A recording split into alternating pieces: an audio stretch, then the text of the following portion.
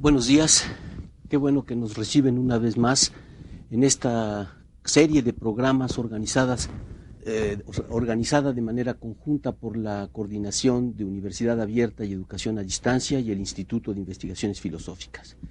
Estas sesiones, que serán 5, versan sobre algunos aspectos de la filosofía, de las investigaciones filosóficas, la obra suprema más importante de Ludwig Wittgenstein. Quiero agradecerle a las personas que me escribieron para darme sus puntos de vista, sus opiniones sobre el programa, siempre bienvenidas, críticas o laudatorias, y espero que esta comunicación entre ustedes y nosotros siga. Ojalá y puedan escribirle puedan escribir y expresar sus puntos de vista, dar sus comentarios a la dirección que estaremos constantemente pasando a lo largo del programa. De igual modo les recuerdo que nos pueden ver en vivo, en directo, también en la dirección de la red que estaremos proporcionando a lo largo de estas sesiones. Como ustedes comprenderán, una obra de las magnitudes de las investigaciones filosóficas no se deja atrapar en unas cuantas sesiones, no es ni siquiera tan disfrutable como podría hacerse, como podría ella ser después de 100 sesiones.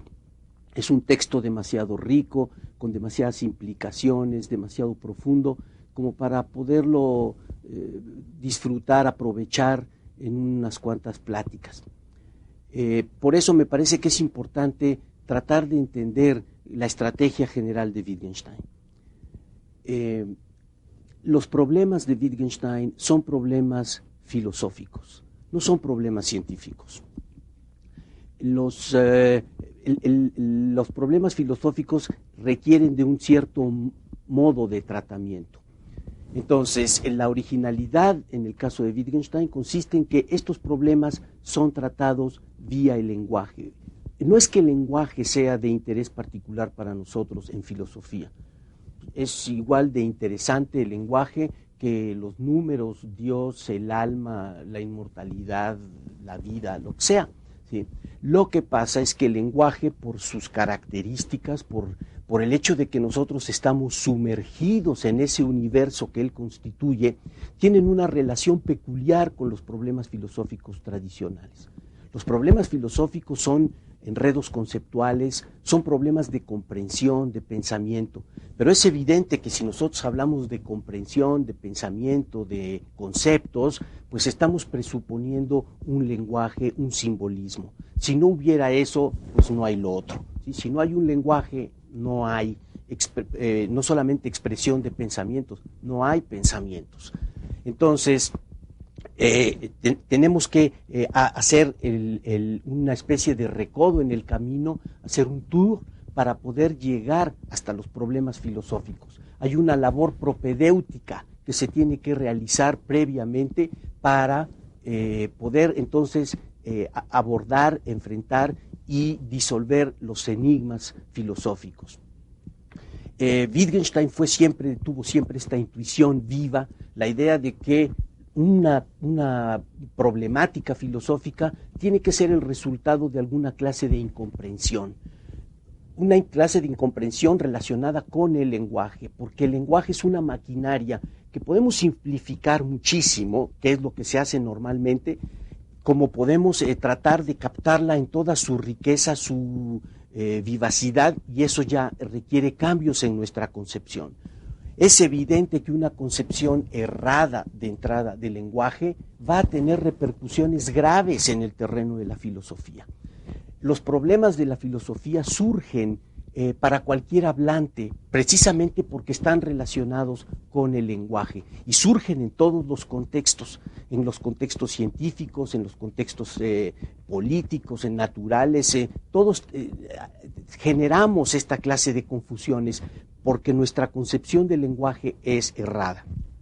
Entonces, la estrategia en las investigaciones filosóficas consiste en, primero, desmantelar la concepción más generalizada del lenguaje en todas sus que tiene una cantidad inmensa de variantes, y e ir proponiendo paulatinamente, no una concepción, porque Wittgenstein no está ofreciendo una teoría, no está oponiendo una teoría frente a otras, sino a través de la construcción de ciertas nociones frescas, nuevas en filosofía, ir haciendo descripciones de los usos, de las aplicaciones que hacemos en los distintos contextos de las palabras.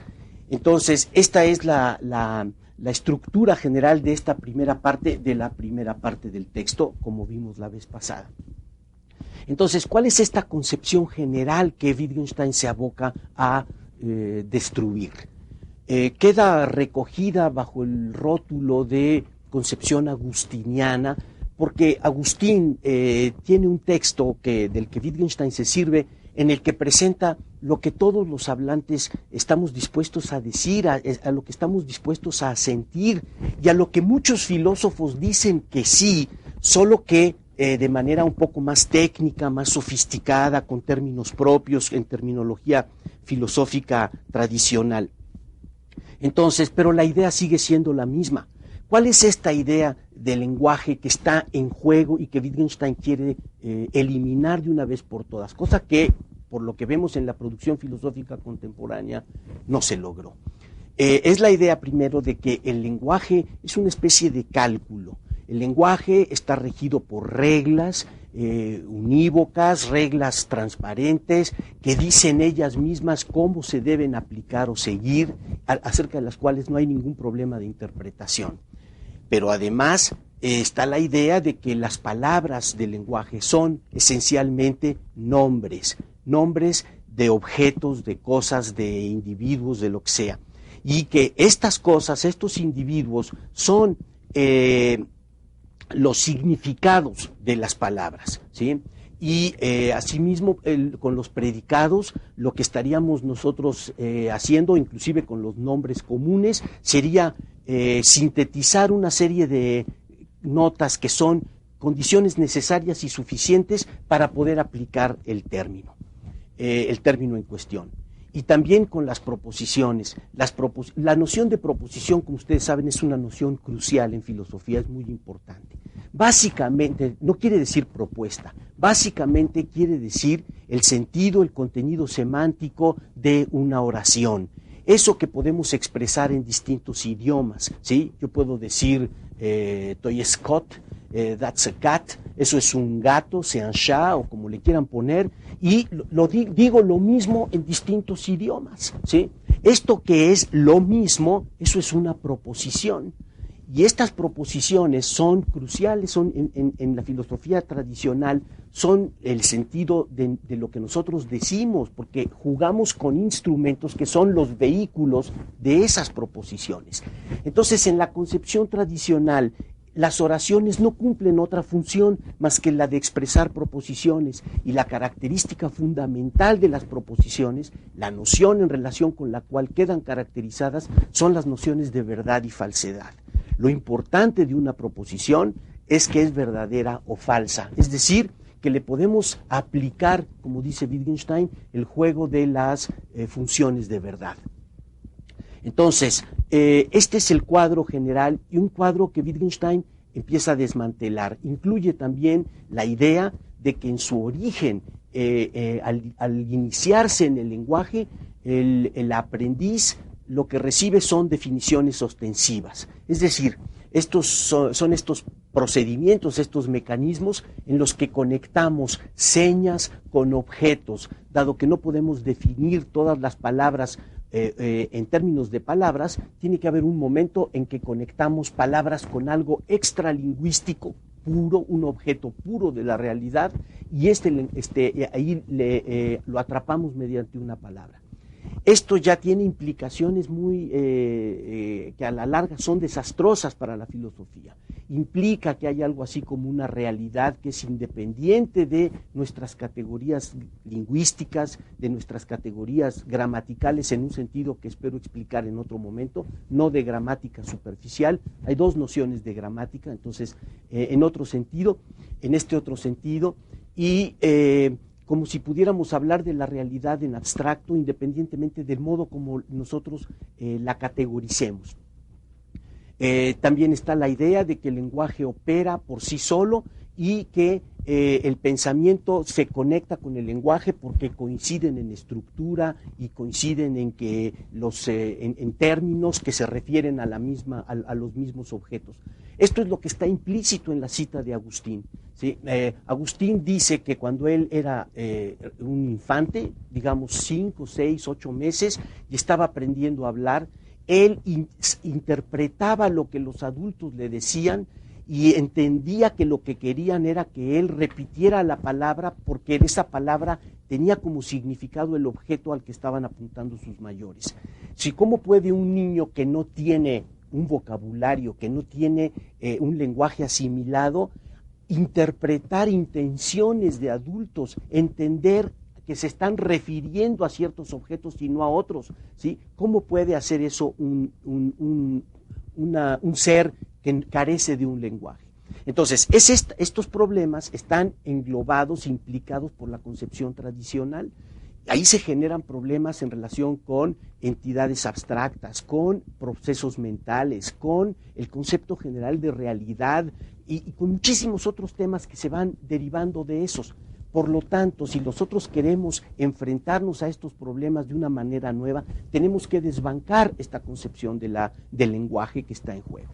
Y esto es lo que hace Wittgenstein. Y ustedes recuerdan, algo mencionamos la vez pasada. No es que Wittgenstein niegue que hay definiciones ostensivas. Él no niega nada, ni afirma ni niega. Es un hecho que hay definiciones ostensivas y punto.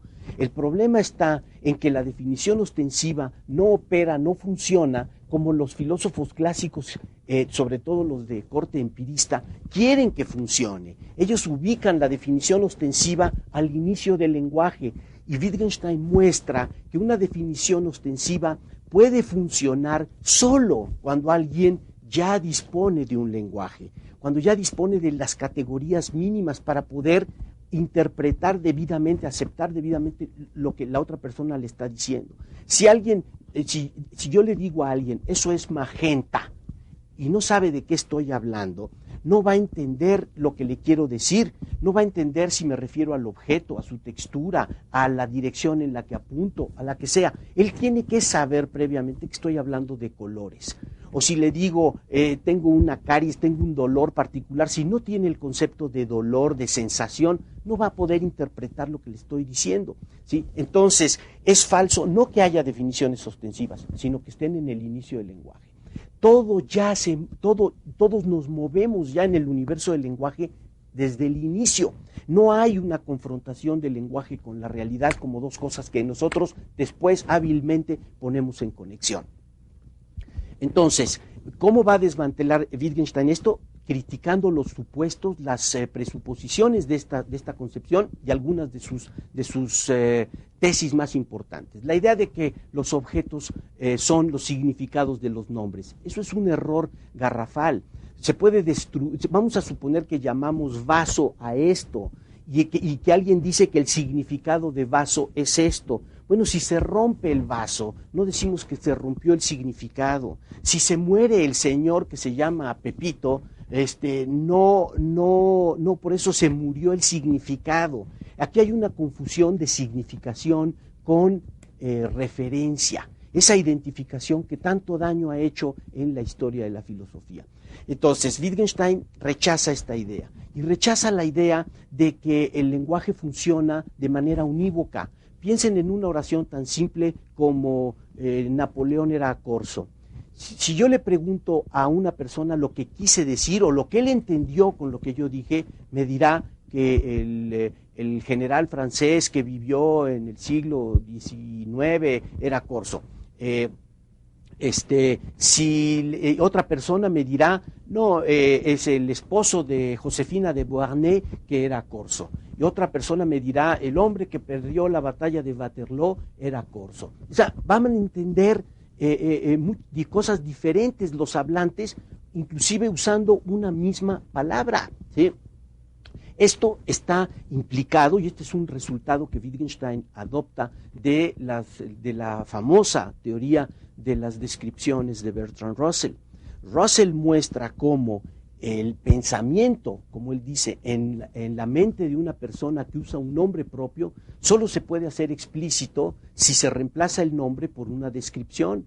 Pero estos reemplazos pueden ser de lo más variado. Hay una clase abierta, por no decir infinita, de descripciones, puesto que las descripciones se pueden ir haciendo cada vez más complejas. El hombre del que se dijo que era hijo de José Bonaparte, el amigo del hombre del que se dijo que... Y podemos hacer las descripciones inmensas, pero no importa, hay un número abierto, indefinido, por así decirlo, si es que hay números indefinidos, de descripciones asociadas con un nombre. Entonces, la conclusión que Russell no extrae de su propia teoría y que estaba a la vista, pero que Wittgenstein sí aprovecha, es que usamos los nombres propios sin un significado fijo, ¿sí? Entonces, ya tenemos un sustituto para la definición ostensiva, que es la enseñanza ostensiva de palabras. Vimos que lo que hay en los inicios del lenguaje, lógicamente, es la presentación de una palabra, pero con un entrenamiento particular. Y este entrenamiento es lo que va dotando lo que dota de significado al término. Es la referencia, el objeto, porque tiene que haber objetos de por medio en un sentido laxo, pero lo que nos importan son las actividades que en relación con ese objeto, vía el nombre, nosotros realizamos. Entonces, tenemos en lugar de definición ostensiva, enseñanza ostensiva de palabras. La idea de que los nombres tienen significados fijos, tenemos la idea de que los nombres operan sin un significado fijo. Y tenemos la idea de que los predicados nos presentan con líneas, con series de condiciones necesarias y suficientes para su aplicación, y Wittgenstein va a mostrar que eso no es el caso. Vamos a tener que hacer una pausa y regresamos en un momento.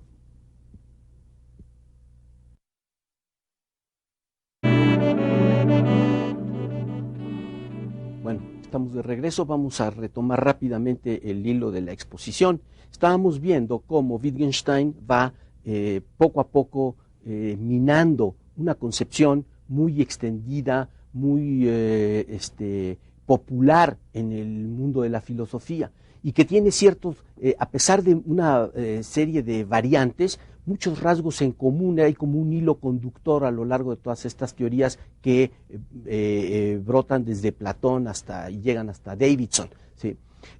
Entendamos lo siguiente, es decir, el lenguaje es para nosotros importante por su relación con la filosofía. Y el lenguaje puede ser estudiado desde muy distintas perspectivas, lo mismo que un objeto. Un perro puede ser estudiado por un biólogo, por un entrenador de perros, por un amante de los perros, por un comerciante, por alguien que quiere comprar un perro, etcétera. Puede ser visto por un artista, puede ser visto desde muy distintas perspectivas, según los objetivos que se persigan. Bueno, el lenguaje también.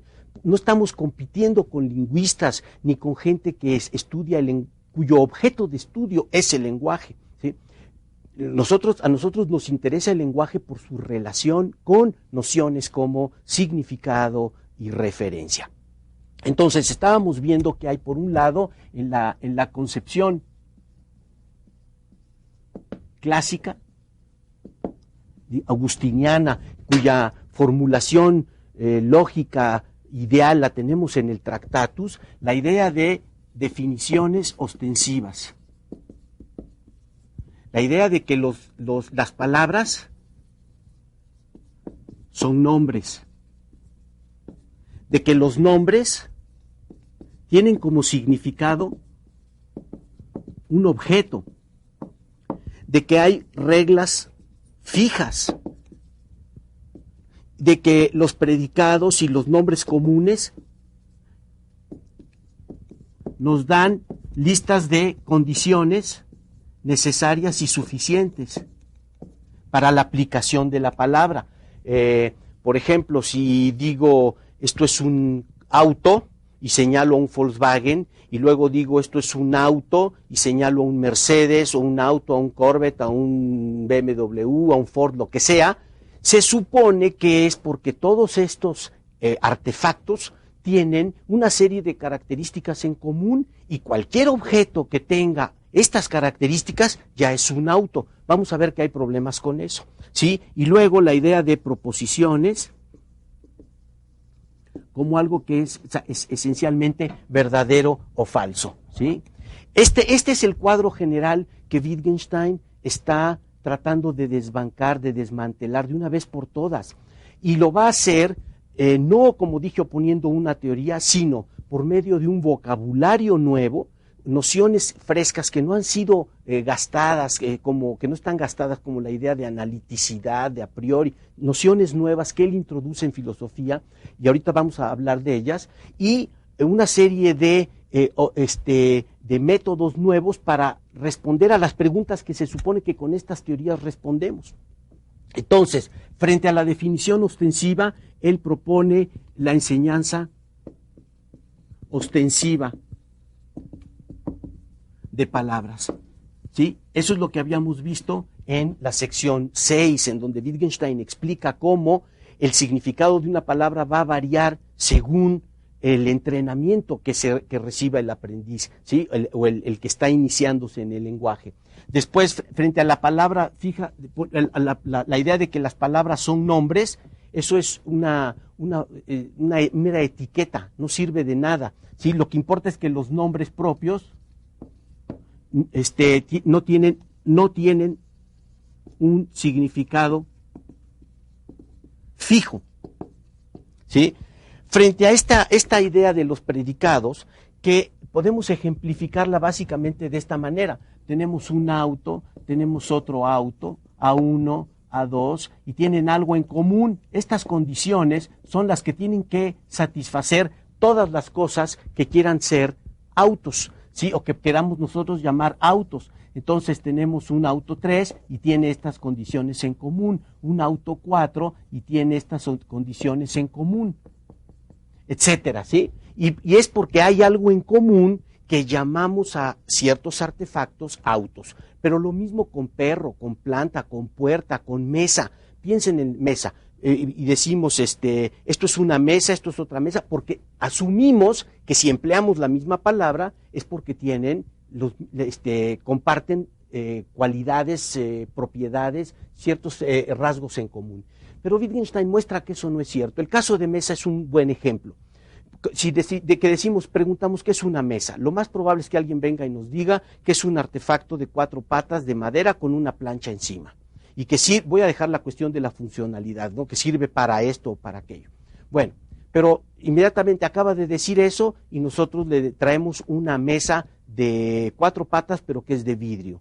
Y luego alguien viene con una mesa circular y con una sola pata. Y luego alguien viene con una mesa triangular que es de acero. Y podemos pensar en mesas de concreto. Y podemos ir variando. Hay mesas artísticas muy sofisticadas.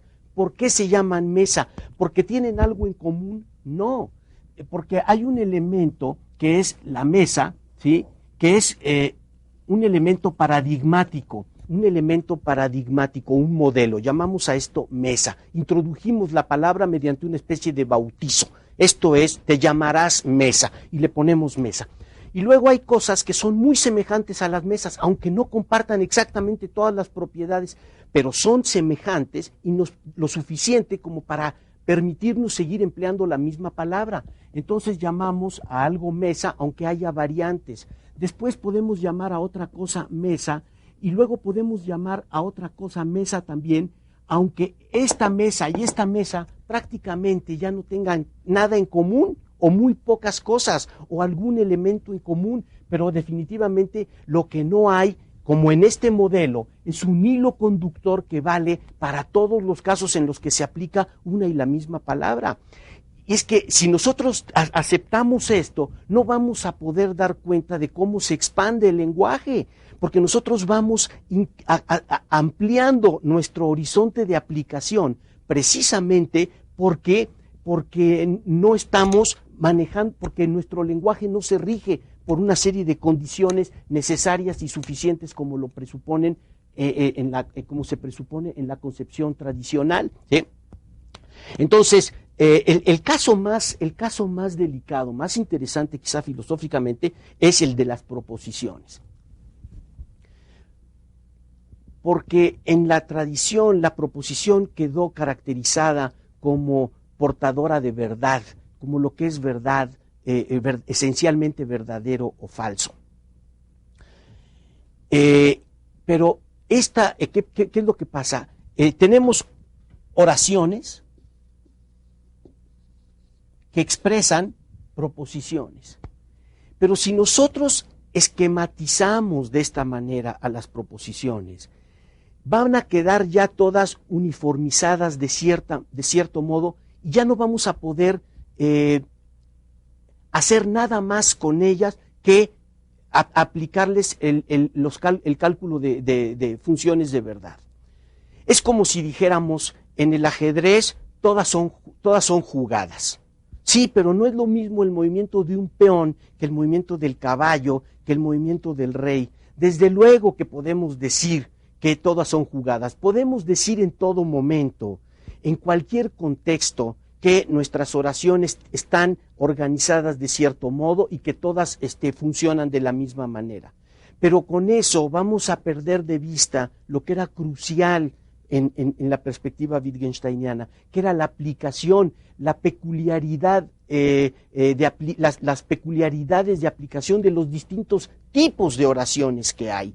Desde luego que todas pueden ser vistas como verdaderas o falsas. Desde luego que todas las proposiciones pueden ser vistas así. Pero si nosotros así las vemos, vamos a dejar de lado lo importante de ellas. Nos estamos adaptando y nos estamos dejando hipnotizar por la percepción gramatical usual o lógica, como se le quiera llamar, que es en términos de grandes categorías, en términos de grandes machotes, y allí metemos ciertas cosas y no salimos de eso. Y esta concepción desemboca en multitud de problemas. ¿Qué es lo que Wittgenstein nos invita a hacer?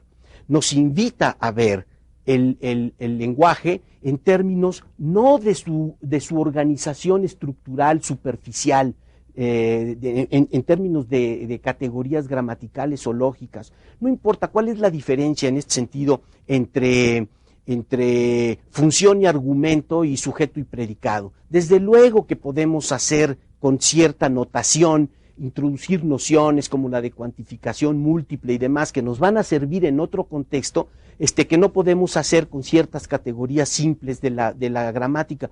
Pero para efectos filosóficos y muchas discusiones, en realidad uno no es más que una presentación purificada de lo otro. No importa qué tan refinado sea el simbolismo, estamos haciendo lo mismo, categorizando objetos. Si yo digo el 5 es un número primo, es como si dijera Napoleón era corso, es como si dijera la luz es un conjunto de fotones que se desplazan a tal y cual velocidad, etcétera. Pues la estructura de las oraciones es la misma, sujeto predicado, pero estamos diciendo cosas completamente diferentes, ¿sí? Entonces, la idea de Wittgenstein es enseñarnos nosotros mismos a ver el lenguaje, no en términos de estructuras formales, sino en términos de lo que él llama juegos de lenguaje, ¿sí? Ya vimos la vez pasada la variedad de juegos de lenguaje que hay, porque los juegos de lenguaje están asociados con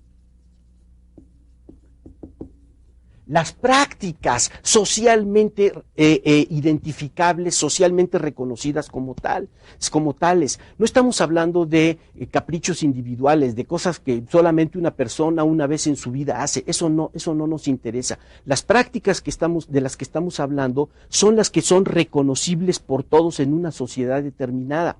Entonces, ¿cuántas prácticas hay? Bueno, hay dictar una carta, tirar la basura, contar un cuento, redactar un discurso, escribir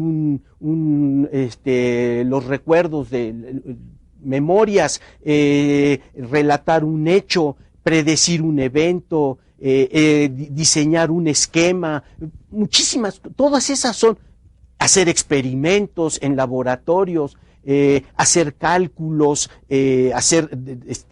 resolver ecuaciones. Todos esos son prácticas diferentes. Es evidente que un individuo, un hablante, no toma parte en todas las prácticas que se desarrollan en una sociedad. Digo, yo no tomo parte en las prácticas de los científicos de la NASA, ni tomo parte en las prácticas de los futbolistas que van al Mundial, ¿sí? Hay una serie de prácticas comunes que son las funciones fundamentales de los humanos: comer, platicar, conversar, narrar una situación, describir una situación, narrar lo que pasó, etcétera, etcétera. Pero luego las prácticas se van haciendo cada vez más propias de grupos de especializados. Estas prácticas dan lugar a juegos de lenguaje, y los juegos de lenguaje pues son tan variados como las prácticas, ¿sí? Entonces, el reto de Wittgenstein consiste en enseñarnos a nosotros mismos a ver lo que decimos, no en términos de categorías, no en términos de estructuras superficiales, sino de lo que hacemos con el lenguaje. Y al hablar del lenguaje, estoy otra vez metiendo una categoría muy general. Lo que quiero decir es con un conjunto de palabras que empleamos en relación con prácticas concretas. Un ejemplo simple es el siguiente: si yo le digo a alguien, a un niño que le estoy enseñando aritmética elemental, el 5 es un número primo, ¿cómo interpretamos esto desde este punto de vista? Bueno, pues decimos que el sujeto de la oración es el 5, es un nombre, el nombre me tiene que remitir a algo, decir es número par, el número primo, es un predicado, pues me tiene que estar remitiendo alguna característica esencial del 5 en este caso, puesto que estamos en el mundo de los números, ¿sí? Y entonces inventamos ahí un nuevo universo que es el de las entidades abstractas y propiedades, y esto se puede ir complicando tanto como queramos. Pero desde este punto de vista, eso es completamente irrelevante. ¿Qué es lo que yo quiero hacer cuando yo le digo a un niño que el 5 es un número primo? Yo no le estoy hablando de entidades, ni de propiedades, ni de nada de eso. Les quiero decir que con el numeral 5 solamente se pueden hacer cierta clase de operaciones, que para obtener un número entero no puedo dividirlo más que por sí mismo, por la unidad, que no voy a poder hacer otras divisiones con ese número. Para eso me sirve decir que el 5 es un número primo.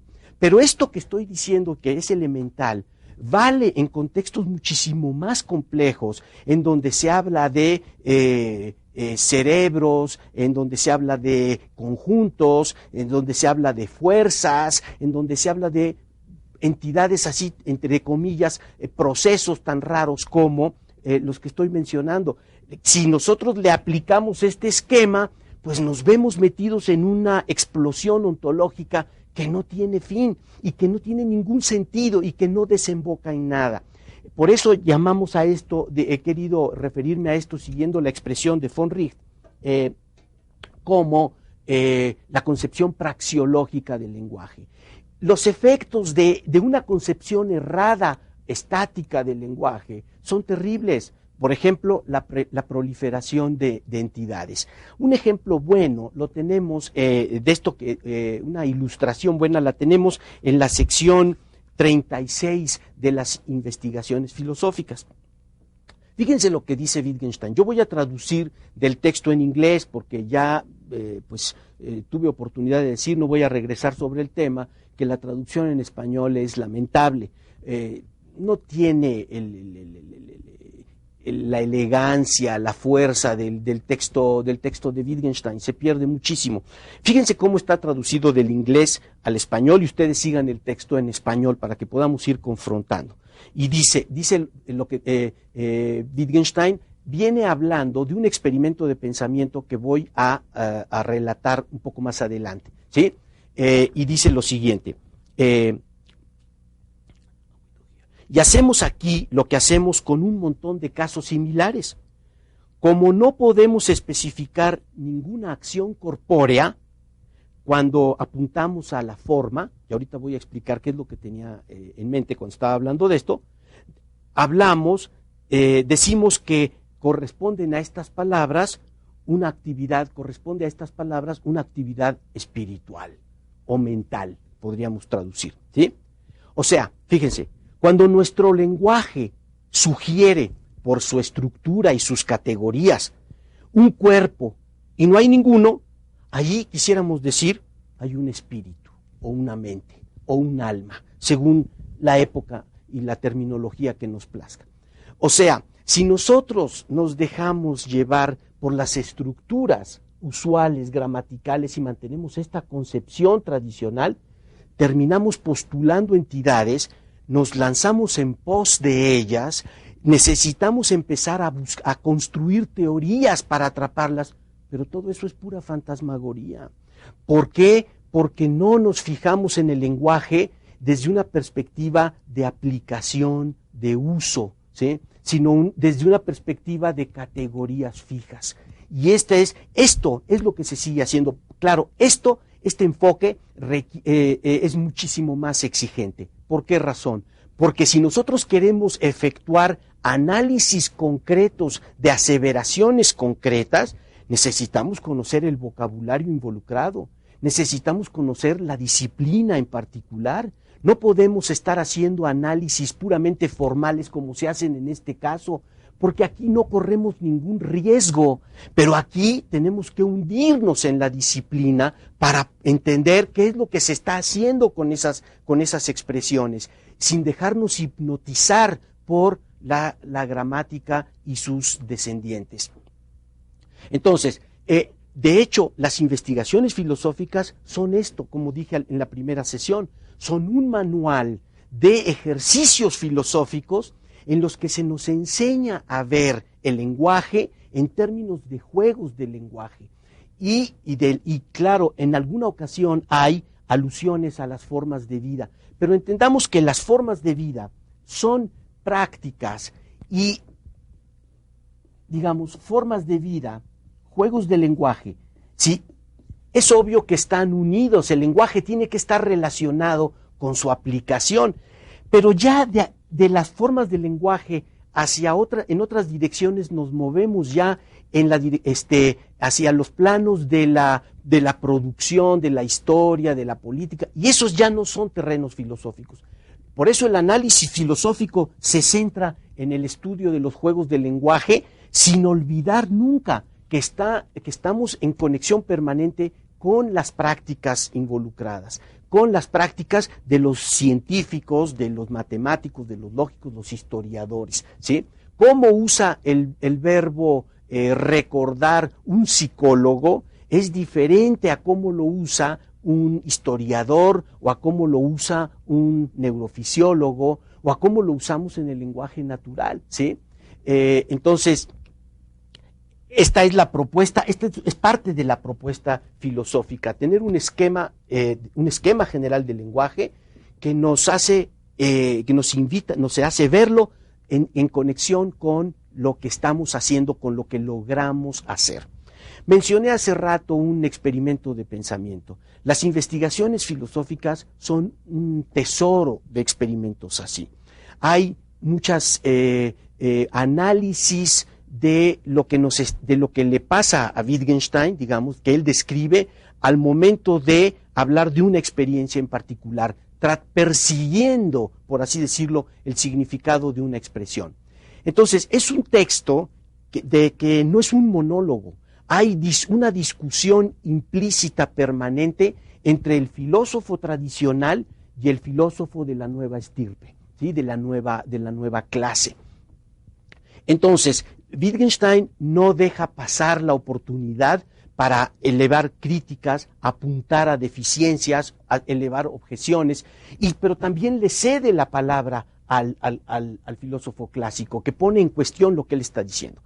Y recordemos el caso de la definición ostensiva. Wittgenstein dice que no basta con señalar y apuntar un objeto para que el oyente interprete debidamente lo que el hablante quiere decir, puesto que si no puede hacer preguntas, despejar una duda, entonces no va a entender lo que la otra persona le quiere decir, ¿sí? Si no sabe que estamos hablando de cierta clase de animales y yo le digo que eso es una leona, ¿sí? Si no sabe de qué estoy hablando, por más que apunte, pues no va a saber si me refiero a la oreja, al color, a las moscas que tiene la leona en la cara, cosas por el estilo, ¿sí? Necesita manejar el concepto de animal, de ser vivo, etcétera, para poder entender y preguntar, ¿te refieres al animal que está aquí o a la cebra que está allá? No, pues al que está aquí. Bueno, entonces la definición ostensiva sí funcionó. Pero alguien podría objetar, a ver, perdón, pero si yo me concentro en la forma o yo me concentro en el color, yo sé lo que estoy diciendo y señalo al color, no a la forma.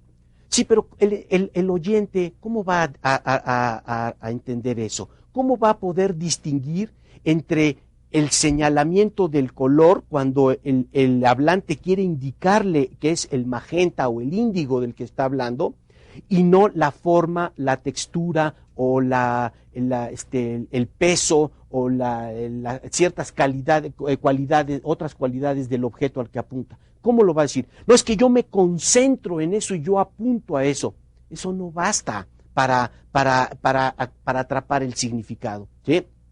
Entonces Wittgenstein dice, bueno, claro, como no podemos distinguir entre señalar a la forma y señalar al color o señalar a las dimensiones o señalar a los tamaños, ¿sí?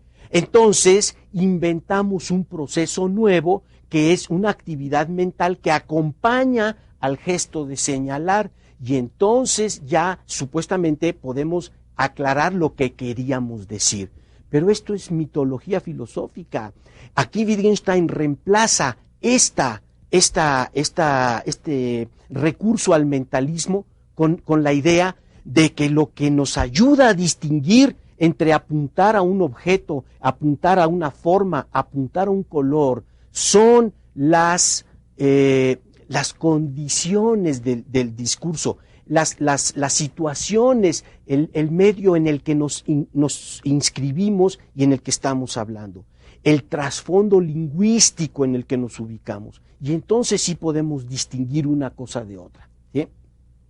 Bueno, entonces, como dije, las investigaciones nos dan ciertas nociones básicas, nos permiten desmantelar una concepción muy perniciosa del lenguaje que tiene múltiples formas. Es como la hidra de Lerna, le cortan una cabeza y le salen dos, ¿sí? Nuevas, con nuevas variantes. Podemos ir cambiando los nombres y las referencias, pero el esquema sigue siendo el mismo, ¿sí? Entonces, en reemplazo de eso, ponemos ciertas nociones que ponemos a funcionar para hacer descripciones de los modos como empleamos el lenguaje, ¿sí?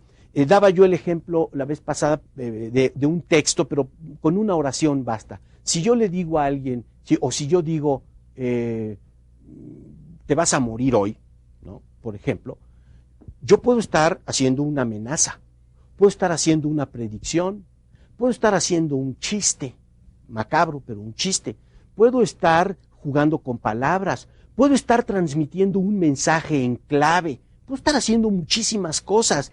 ¿Qué es lo que yo quise decir? Si nosotros aplicamos este esquemita, pues no, sencillamente no vamos a entender. Ahora, este esquemita en otros contextos tiene, como dije, efectos negativos muy, muy, muy graves y se han manifestado a lo largo de la historia de la filosofía.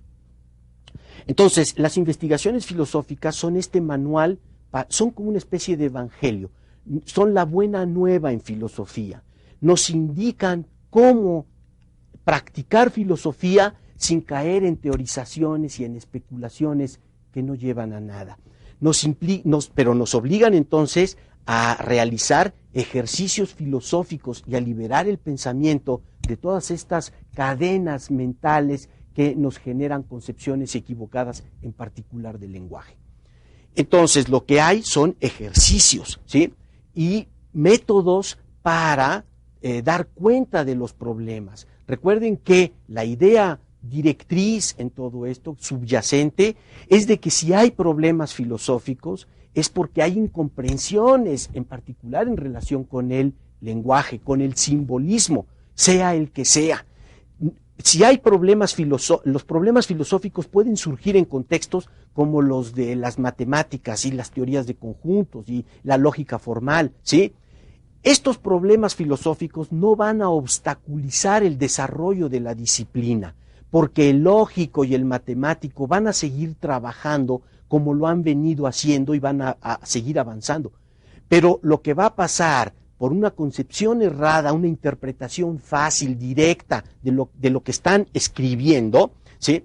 Es que no van a entender lo que están haciendo, no van a entender su propia actividad, van a malinterpretar sus propios resultados. Esto es muy recurrente, es el fenómeno más usual. Es como si yo le pregunto a un hablante normal qué es el significado de algo, no me va a poder explicar, aunque sabe hablar, ¿sí? Sabe hablar perfectamente. Pero es que una cosa es manejar una técnica, la técnica de un simbolismo particular, y otra cosa es dar cuenta de lo que se hace cuando se usa esa técnica. Un músico puede escribir en el pentagrama toda una sinfonía, ¿sí? Pero si le preguntamos lo que está haciendo, va a tener problemas, porque una cosa es producir música, otra cosa es explicar lo que se hace cuando se hace música. Y eso pasa en todos los contextos. ¿Cuáles son los métodos que usa Wittgenstein? No hay una lista, aunque podríamos quizás sacarla, no hay una lista acabada de métodos, pero hay métodos muy claros. Por ejemplo, Wittgenstein recomienda que si tenemos problemas en relación con alguna clase de afirmaciones, examinemos los juegos de lenguaje originales, en donde aparecieron por primera vez las palabras. Quizá a reserva de decir algo en otra ocasión, y voy a ilustrar esto muy rápidamente. Supongamos que queremos hablar de Dios y tenemos problemas en relación con el concepto de divinidad, su aplicación, o las relaciones entre la divinidad, el mundo, el conocimiento, etc. Entonces alguien podría decir, a ver, bueno, no es la solución, pero vamos a ver cómo se introdujo el término Dios en el lenguaje. Alguien lo tuvo, o algún grupo de hablantes tuvo que haber inventado la palabra. ¿Y qué querían hacer con esa palabra? Que no me digan que la palabra Dios es el nombre de una entidad extraña, porque eso no nos sirve para nada. Desde la concepción que Wittgenstein está promoviendo, nombrar no es más que poner una etiqueta. Y esto es un paso preparativo para lo importante que es decir algo. Pero ¿qué es lo que vamos a decir? Pues eso todavía no lo sabemos hasta que apliquemos la palabra. Entonces, decir que Dios es el nombre de Dios no es decir absolutamente nada, es una vulgar tautología, ¿sí? Entonces, si nosotros estamos con problemas acerca de la creencia religiosa, alguien puede decir, bueno, vamos a ver el juego del lenguaje original. Bueno, el juego del lenguaje original, por lo menos en lo que concierne a los lenguajes indoeuropeos, consiste en que los indoeuropeos empezaron a introducir nombres, llamaron a los venado a venado, río a río, y luego a la bóveda celeste la llamaron Dios. Entonces sabemos que, de entrada, que Dios es algo a lo que apuntamos hacia arriba, y eso explica muchísimas cosas de nuestro uso actual. No quiere decir que el recurso a la investigación de los juegos de lenguaje originales sea definitivo para resolver un problema en etapas posteriores, pero es muy útil porque nos indica cómo se introdujo, en relación con qué preocupaciones, con qué actividades se introdujeron las nociones, y podemos después encontrar las transiciones de un uso a otro. Otro método es el de sustitución de preguntas. Todos somos, bajo el influjo de estas concepciones, hacemos preguntas de tipo ¿qué es X? Eso es muy fácil porque estamos aplicando esta idea de definición ostensiva. ¿Qué es un perro? ¿Qué es una piedra? ¿Qué es una rata? ¿Qué es una camisa? Etcétera, y apuntamos. El problema es que después hablamos de cosas un poco más abstractas, más complejas, y ahí ya ¿qué es? Ya no, las preguntas de tipo ¿qué es? Ya no nos sirven para nada. Entonces hay que reemplazarlas. Entonces, por ejemplo, en lugar de decir preguntas que pueden poner a trabajar a cualquier filósofo o a cualquier persona que tenga inquietudes filosóficas. ¿Qué es un valor? ¿Qué es un derecho? ¿Qué son los derechos humanos? Si yo pregunto ¿qué son los derechos humanos? Estoy aplicando este esquema en alguna de sus variantes y me voy a perder en la explicación. ¿Por qué no mejor preguntar lo mismo de otro modo? ¿Cuándo hablamos de derechos humanos? ¿Para qué hablamos de derechos humanos? ¿Cuáles son, de quién decimos que goza o que no goza de derechos humanos? ¿Bajo qué circunstancias aplicamos la idea de derechos humanos? Y con todas estas sustituciones de preguntas, reemplazamos a la pregunta original, respondemos a la pregunta original y nos evitamos una confusión filosófica, reificando derechos, hablando de entidades abstractas y cosas por el estilo. Esta es la filosofía que Wittgenstein nos quiere enseñar. La próxima sesión voy a decir algunas palabras a lo largo de una hora en relación con la compleja noción de lo que es seguir una regla para presentar la paradoja de Wittgenstein, y en la que sigue hablaremos de la naturaleza de los estados mentales. Por el momento es todo, espero verlos la próxima semana. Muchas gracias.